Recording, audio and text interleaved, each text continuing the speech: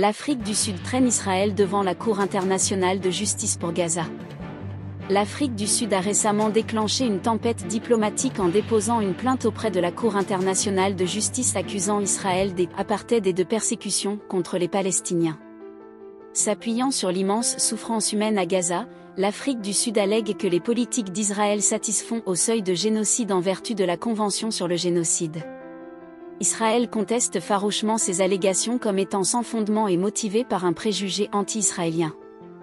Alors que les deux pays échangent des accusations, l'attention se tourne vers la CIJ et sa volonté d'exercer sa compétence malgré la complexité de la géopolitique. Pour beaucoup dans le Sud global, la manœuvre juridique de l'Afrique du Sud encapsulait la frustration croissante face à l'incapacité perçue de la CIJ à gérer de manière impartiale les différends impliquant des pays influents. Cependant, d'autres soutiennent que la formulation de l'Afrique du Sud va trop loin et risque de saper les critiques légitimes à l'égard de la conduite d'Israël.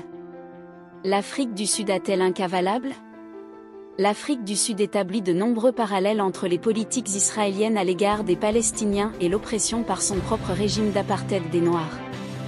Elle soutient qu'Israël fragmente systématiquement les terres et les droits des Palestiniens pour maintenir la domination juive, répondant ainsi aux critères de l'apartheid. En outre, l'Afrique du Sud prétend que les conditions humanitaires désastreuses, le grand nombre de victimes et les destructions à Gaza résultant du blocus de 15 ans imposé par Israël et de ses opérations militaires démontrent une intention génocidaire.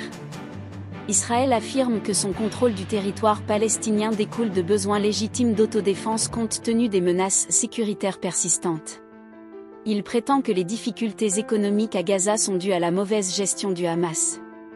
Israël soutient également que la forte proportion de civils tués dans les guerres résulte du fait que le Hamas intègre des forces dans des zones peuplées, plutôt que de toute intention de cibler ou d'exterminer des civils. Mais les groupes de défense des droits de l'homme rétorquent que le nombre de morts totalement disproportionné, les pénuries chroniques de carburant et de médicaments orchestrés par l'étranglement d'Israël sur Gaza, et la discrimination manifeste subie par les Arabes sous occupation indiquent fortement une persécution institutionnelle, sinon un génocide pur et simple. La CIJ est-elle partiale contre les pays du Sud ?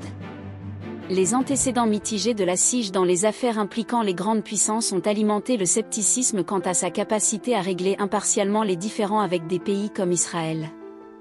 Les critiques soulignent la partialité dans le choix des magistrats, la tradition juridique eurocentrique de la Cour et sa dépendance au Conseil de sécurité de l'ONU dominé par les États-Unis, le Royaume-Uni et la France pour l'application des décisions. Ils comparent la réaction rapide de la CIJ pour examiner la demande de l'Ukraine contre la Russie après l'invasion à des années d'hésitation perçue à s'attaquer d'urgence à la crise de Gaza. Cela, selon eux, révèle une double norme qui favorise les préoccupations de sécurité occidentales. Cependant, d'autres affirment que la CIJ a de plus en plus intégré des points de vue et des normes juridiques non européens.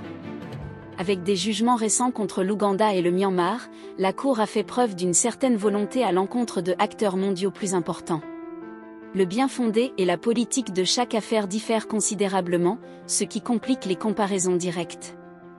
La CIJ peut-elle rendre justice ? La CIJ demeure sans aucun doute notre meilleur espoir de règlement pacifique des différends internationaux conformément au droit international. Mais pour qu'elle serve de véritable arbitre universel, elle doit redoubler d'efforts pour réformer les préjugés institutionnels qui alimentent le scepticisme, en particulier en Asie et en Afrique. Même si la CIJ exerce sa compétence dans cette affaire explosive, l'application de tout verdict contre Israël restera un défi monumental étant donné l'opposition probable des États-Unis et de certains alliés européens au Conseil de sécurité.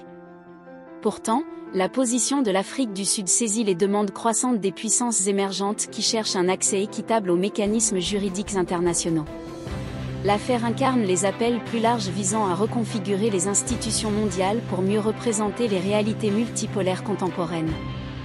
Quel que soit le résultat juridique, l'Afrique du Sud a signalé que la patience s'épuise face à un système international perçu comme échouant constamment aux opprimés. Sa manœuvre audacieuse a électrisé à la fois les partisans et les critiques. Mais elle a sans aucun doute forcé un examen des problèmes latents qui minent depuis longtemps la crédibilité et l'efficacité de l'arbitrage international du point de vue du Sud global. Dites-nous ce que vous en pensez. L'Afrique du Sud a-t-elle raison de déposer une plainte contre Israël ? Pensez-vous qu'Israël commet un génocide contre les Palestiniens ? Netanyahou devrait-il être traduit en justice? Les États-Unis et les autres puissances occidentales ont-ils perdu votre respect? Participez à la conversation, envoyez-nous vos messages. Partagez vos idées et contribuez au dialogue, n'oubliez pas d'aimer, de partager et de vous abonner au réseau d'information Kilimandjaro, la voix authentique de l'Afrique. Kilimandjaro News Network diffuse en swahili, arabe, anglais et français.